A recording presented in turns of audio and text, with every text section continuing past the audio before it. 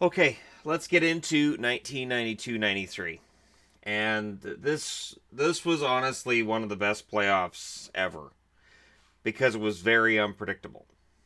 And yet, every division followed kind of the same template when you look at who emerged victorious from said division.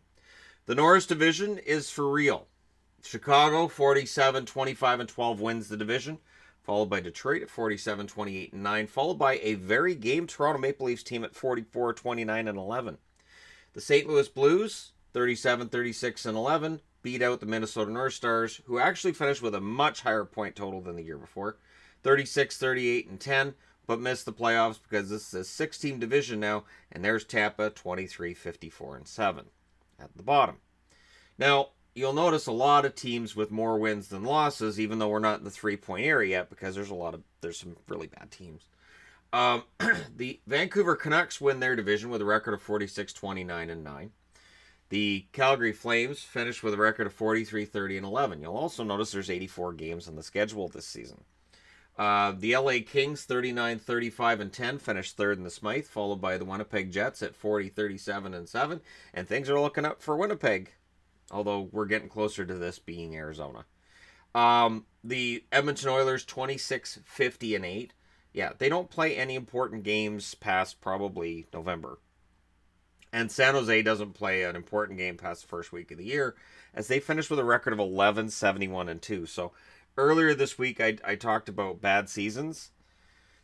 That's a bad season too, so I'll need to get into that when I talk about other awful seasons.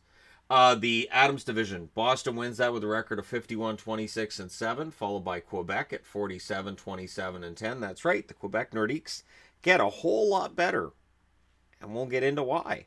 Montreal 48-30-6 finishes third, followed by Buffalo at 38-36-10. The Hartford Whalers missed the playoffs 26-52-6. And there's the Ottawa Senators on the board 10-70-4. Two teams with 70 losses, and I'm going to go out on a limb and say that's the only time that ever happened in NHL history.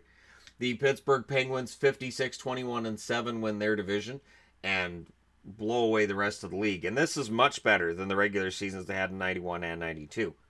The Washington Capitals finished 43-34-7 to finish second, ahead of the Islanders, who were 40-37-7. The New Jersey Devils, also 40-37-7, lose the tiebreaker to the New York Islanders. The Philadelphia Flyers 36-37-11 missed the playoffs, and the New York Rangers at 34-39-11 missed the playoffs, but the Rangers are going to be back. It's 93, so tomorrow's video is 94, so yeah, the Rangers are going to be back. Dolph Ziggler resigned and Gil Stein replaces him.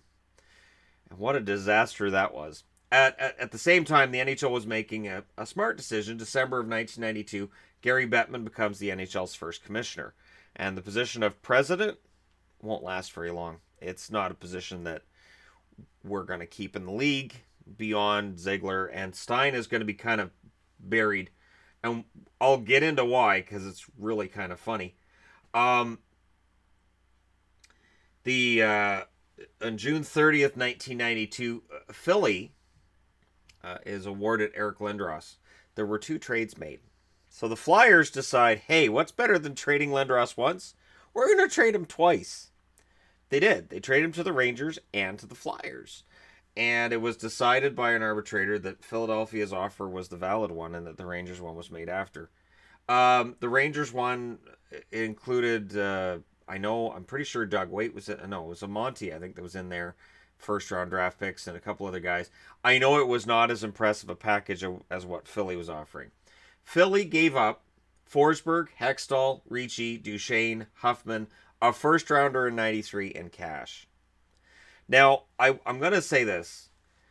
The big talk at the time, when Forsberg hit the NHL, was, if I'm a GM and I have Peter Forsberg, I don't know if I take Lindros for Forsberg 1-for-1.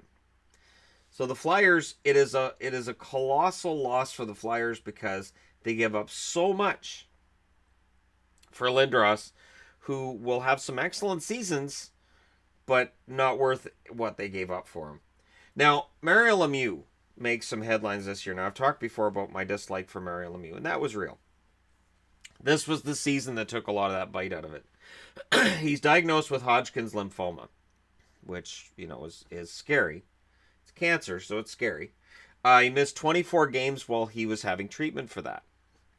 And comes back, and all he does that season in 60 games is score 160 points. So this was a year where, when he won the scoring title, I was actually really happy for him.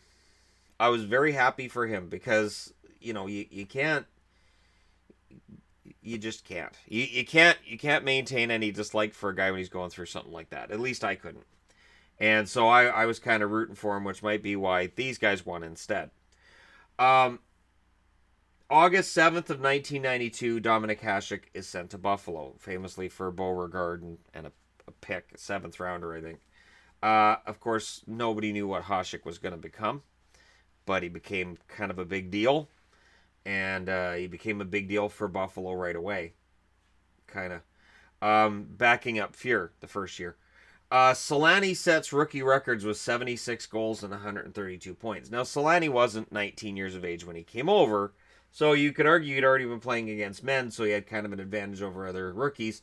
But you wouldn't know what you're talking about, really. Basically, Solani came in and just owned the league right away, which is why things are looking up for Winnipeg. Because now, here's the Jets with the biggest star in the division, even though Bure is this 60-goal forward.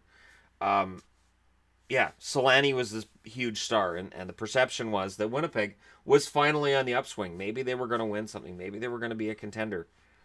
And sadly, that talk won't last very long. Montreal sets a record with 10 straight overtime wins in the playoffs. We'll get to that.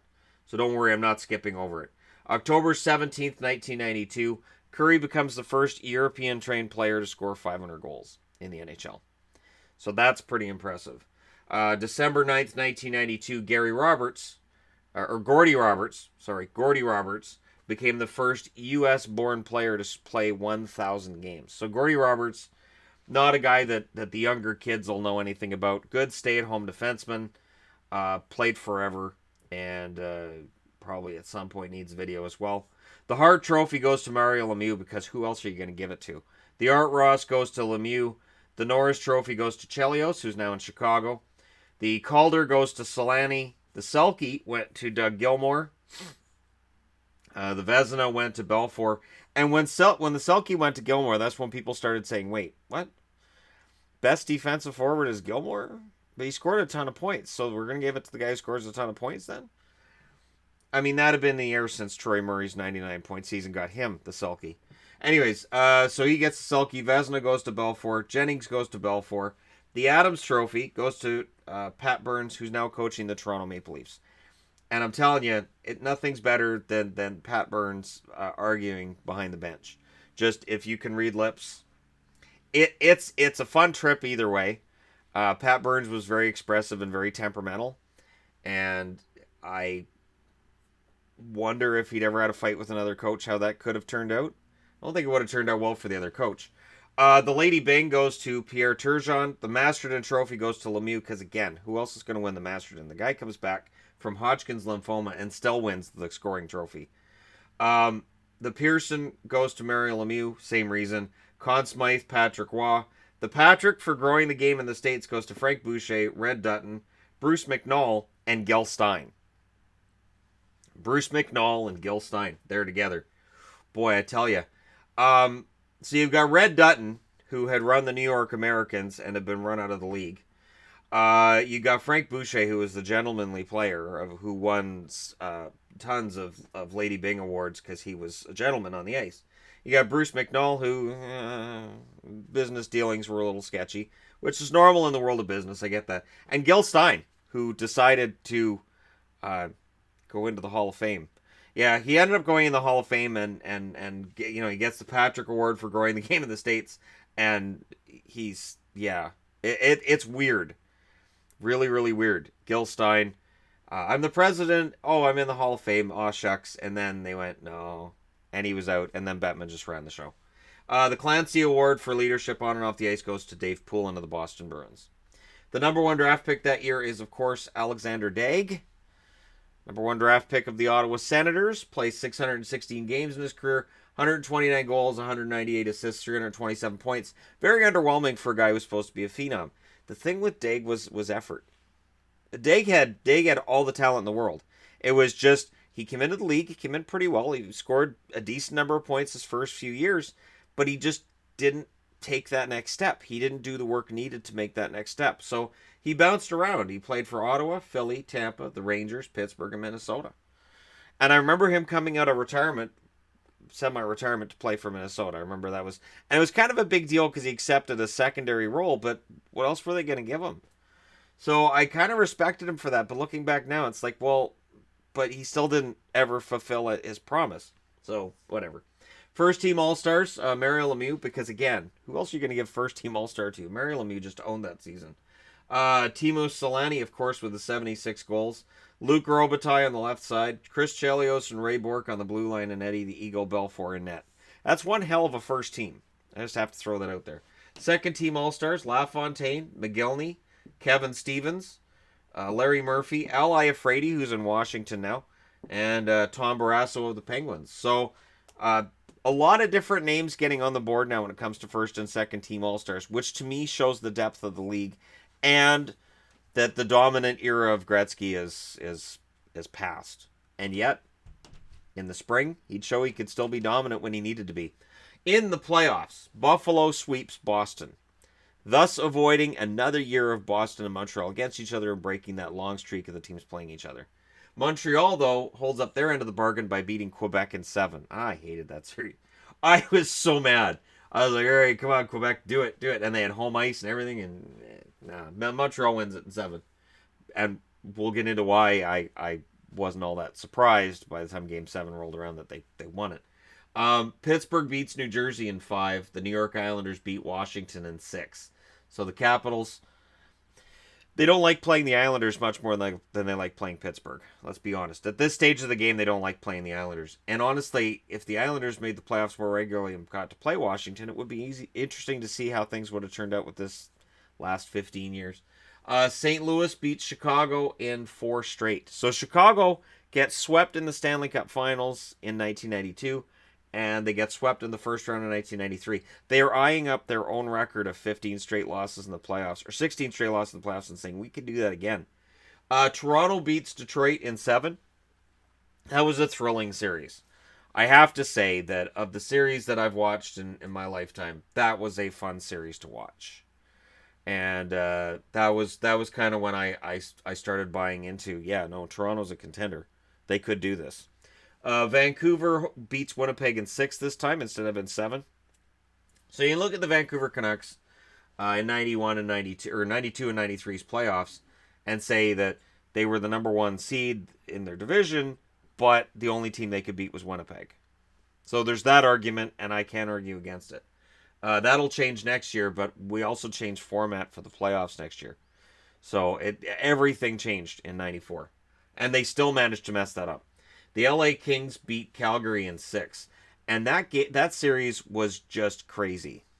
Lots of goals. The last game of that series was 9-6 for LA. It was insane. And they'd won the previous one, I think, 9-4. Like, it's just crazy the amount of goals that were scored in that series. Because LA didn't really play defense, so they just went out and just runned and gunned it all night. The division finals, Montreal sweeps Buffalo. So don't look now, the Montreal Canadiens are back. And the New York Islanders beats Pittsburgh in 7. Going into Game 7,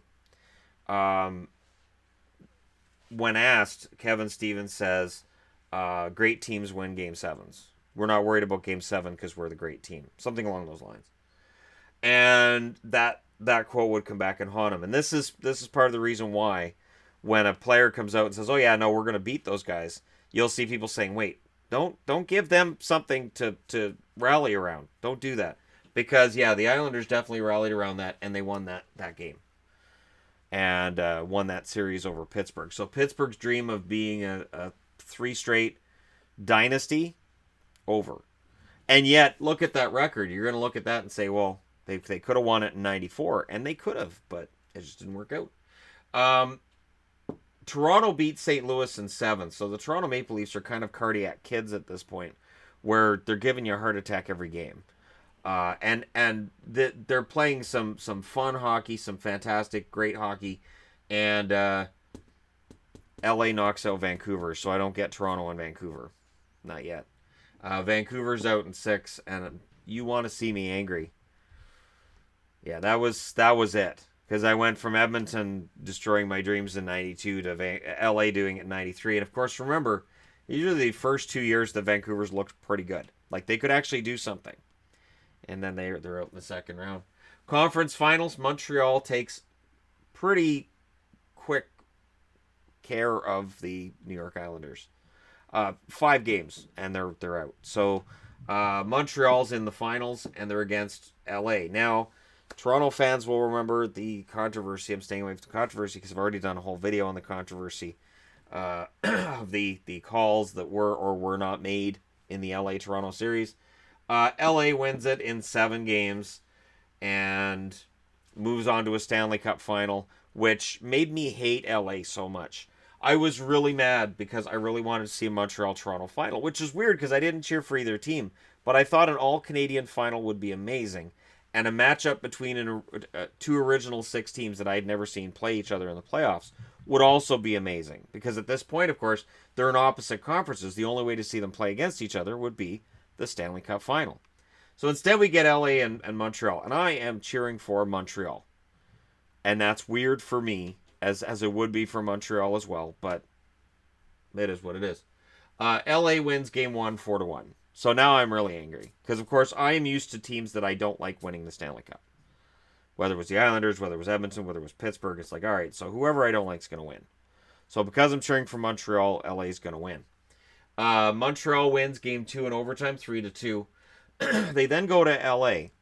They win both games in LA, and both of them are in overtime. 4-3 and 3-2, and then Montreal finished it at home 4-1. That Montreal LA game, the 4-1 game, that was the first game I ever got my VHS VCR set up to record and recorded the whole game. And I watched it a few times because I enjoyed watching the Kings lose that year. And it was weird because, remember, I don't like Montreal. I have watched Montreal knock Boston out of the playoffs. I have had this ongoing, more of an enjoyable rivalry with my father about the fact that he cheers for Montreal and I cheer for Boston. For the most part, we just joked around about it.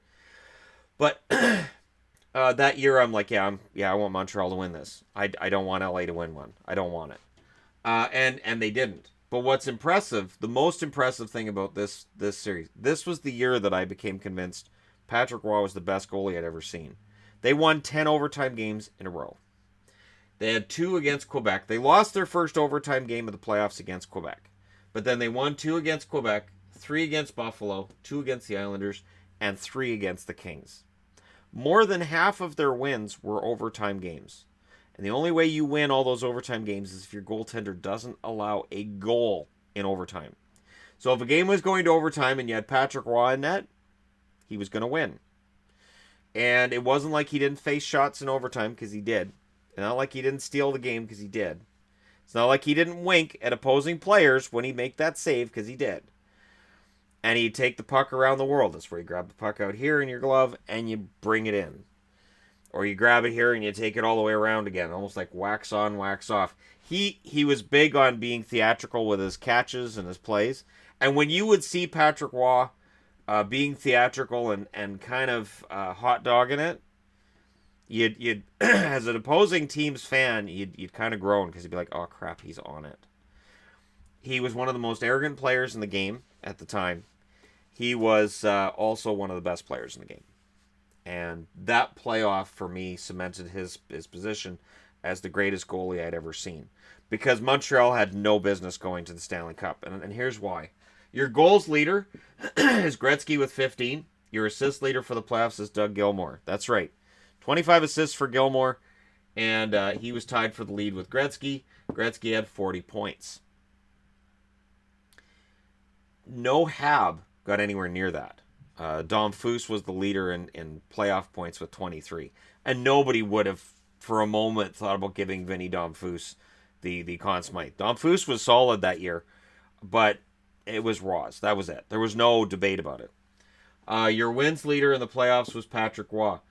I also want to point out save percentage because this is before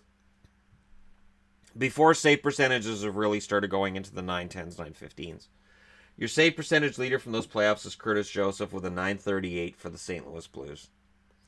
And that was when Cujo, as well, for me, became kind of god level. Just St. Louis wasn't quite good enough to win, but he was amazing in the playoffs. Patrick Roy had a 929 save percentage. And in a vacuum, you can look at that and go, that's pretty good.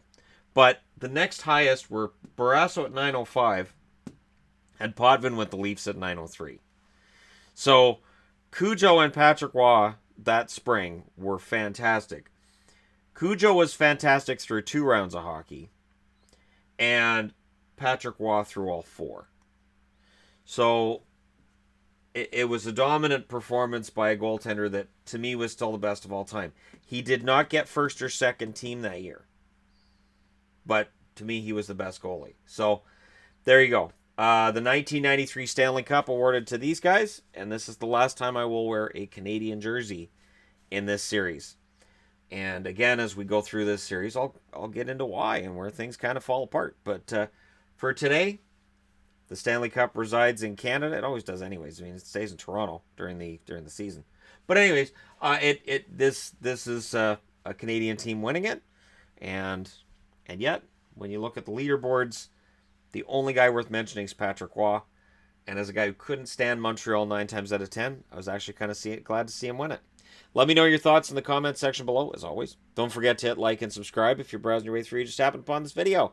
And thank you guys so much for watching. I'll talk to you again soon.